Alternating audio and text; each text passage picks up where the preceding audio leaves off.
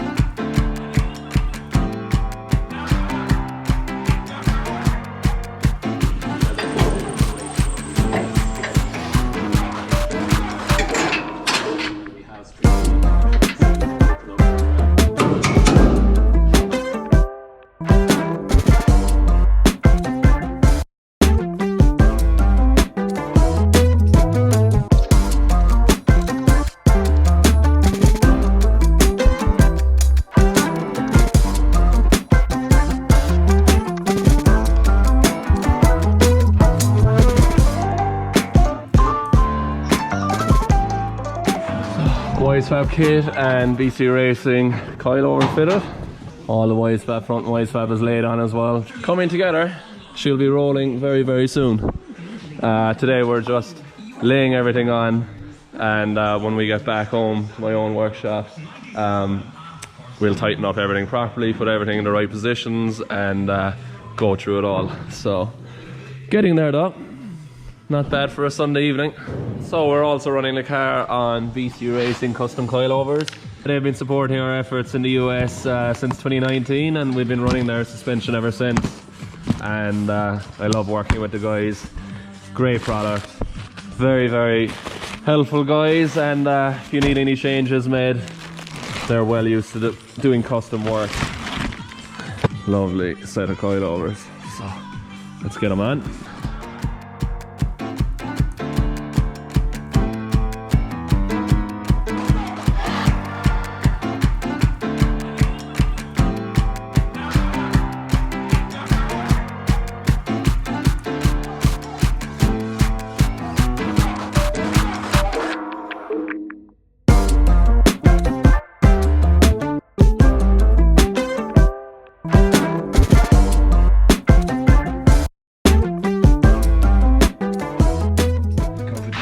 Probably we won't talk about COVID, we'll talk about the car being assembled for the first time. She's finally going to be on her wheels in a minute. Looks cool with all the stuff in it.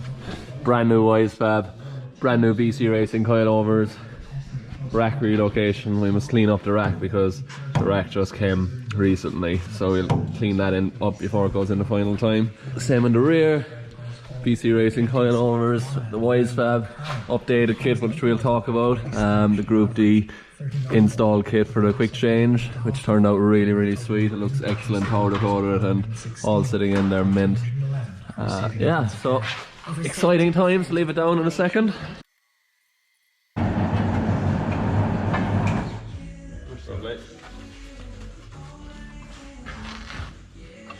So that's the first time she's on her wheels. Looks class.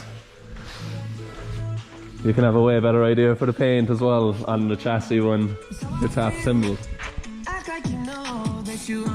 Very happy. Right, let's get her into the trailer, get her home, get some sleep before we attack it again tomorrow. Thank you very much, Martin. Turned out well. Okay.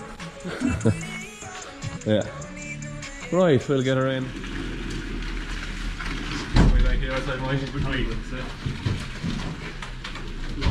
I take it easy, sir. Ready? Yeah.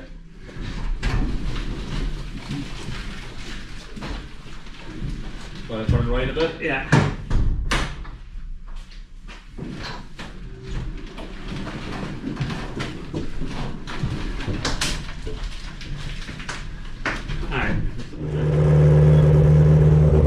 RX-7 pulled out, and first time seeing this car in daylight. It looks absolutely awesome. So just gonna get her into the workshop now. We can start this week's madness. 1st of February today. 28 days we're aiming to have the car running, so let's see how it all goes. We're still waiting on quite a few parts, but I think if everything comes on time, we should definitely be able to make it happen. So busy times, but very excited. Can't wait to get this car back into my workshop and start bringing it all to reality. So let's see how it all goes. So a couple of new deliveries today from FMIC. Had a lot of cooling products here. All our alloy elbows to make our intercooler pipes. Heat wrap, great quality stuff. I've been using it on the Eurofighter last year. Wastegate jackets, which are awesome. So just really protecting everything from heat fatigue. We got these nice little bowls, M6s for holding on the body kit and spreading the load with the washer. So nice package there. And then this other box we have our FMIC radiator, turbo blanket. So we actually have a sweet oil cooler set up. We'll have a look at. My first time seeing it. So it's long and wide with side exit -10 fittings. So that's a lovely oil cooler. Very nice. So it just fits in quite nice. They'll probably have the fittings at this side, but it's lovely length and height. Looks great quality, so very happy with that. Yeah, so sweet package. We're gonna start by fitting the radiator, the tank, make sure it all fits in the back nicely, and kind of started plumbing the brake system. We're running the ChaseBays brake booster delete and their right hand drive brake bias system, which is nice and tidy. And we're using all the brake line fittings from EuroMsport, his new Innov fittings, which are here in the box, and they're sweet setup. We started using those fittings last year on the Eurofighter and have absolutely no issues with them, so we'll be using them all for this car. So yeah, busy times, first day back at the car after paint. Definitely a lot to do. Also have the rear cylinder DMAC handbrake in there and mounted, so just plumbing all that up now. Battery we're looking at mounting back here, so it's nice to be putting parts on the car that are going to be there to stay. So second day at the car, doing a lot of little bits and pieces. Ken is mounting the battery right down there, nice and tidy out of the way. We have the radiator and water pump down here, straight out of the bottom of the rad into the water pump, shoot it up, and we'll be bringing our 2 water pipes in here. We made up the alloy water pipes underneath the car, so they're sitting in there nicely, bolted up to the floor, and shortly we'll be plumbing everything from the back up to the front, water pipes, fuel pipes. We're also positioning the electric power steering pump, which is probably going to sit here, offset the weight a bit from where I'm sitting. Header tank for the radiator up there from Radium. Yeah, in general quite good. We're also looking at this FMIC Pro oil cooler, thinking of mounting it flat, so bolts to the front panel there, and going to put 3 small fans on the top. Should work quite nice. Our intercooler is going to be sitting out here close to the front bumper behind the crash bar, so our air intakes can be as low as possible, and also the hot air off the intercooler won't be affecting the oil cooler resting flat with the fans. So I think that should work out nice. We haven't done that before, but these long oil coolers are really nice for that position. Getting ready to mount the Radium quick fill dry brake. Ken has been working on the fittings, all the -16 Innov fittings fitted for the cooling. It's running through there, you can see up over the subframe and down nicely to our alloy pipes going underneath the car. So that's our water done up as far as the engine bay. Wisefab electric water pump bracket and power steering pump bracket. Turned out really nice, custom one with the JD logo on it and Wisefab Motorsport. So now we have the car back here at the workshop. It's on the ramp and we've been installing quite a few parts over the last few days. As it's on the ramp, I wanted to walk you guys through Wisefab's new rear kit that they've been working on. So they've made quite a few changes to the rear, mainly focusing on trackside adjustment, strength, and making the kit a lot easier to work with. One of the biggest changes they've made is they've really strengthened the knuckle here, which was probably the weakest part, as you can see from the old style design.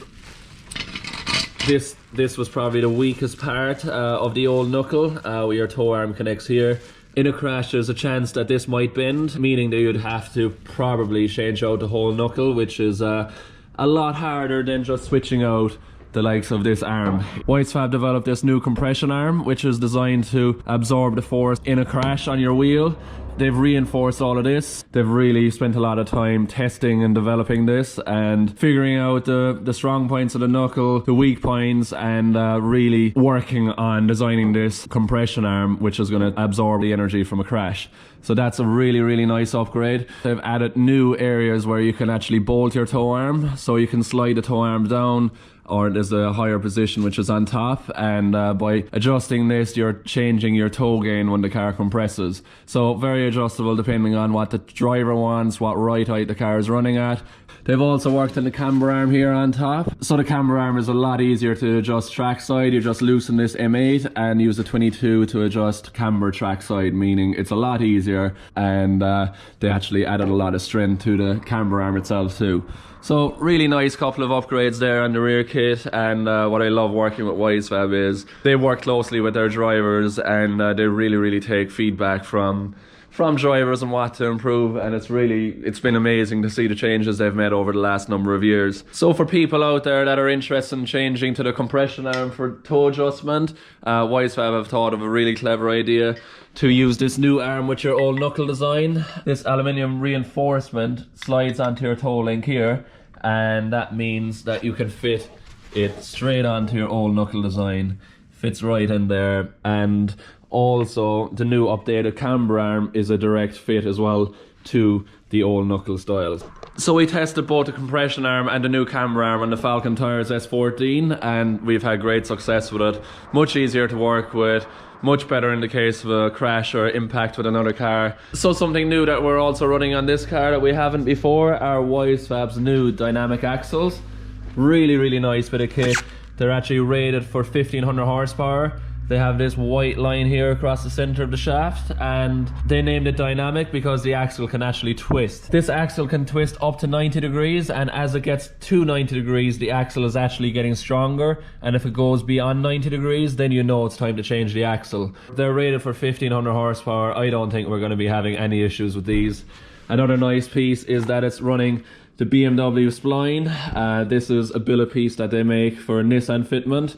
So we've ordered new Nissan wheel bearings. You basically press the BMW spline with the Nissan 5x114 straight into the bearing here. So really nice simple piece of kit. You can see here the outer CV will twist up to 45 degrees, which is absolutely crazy, especially for drift cars when you be running them so low and they be squatting, jumping, moving around. Really looking forward to fitting these. I love the fact that you can track how and if your axle is moving, if it needs to be changed, and catch a problem way ahead of time before you have a problem at a track. So moving to them. Very nice. So yeah, that's pretty much it for this week. It's busy with the car. We're waiting on quite a few parts still, but everything is looking like it's on target. So next week should have a nice update.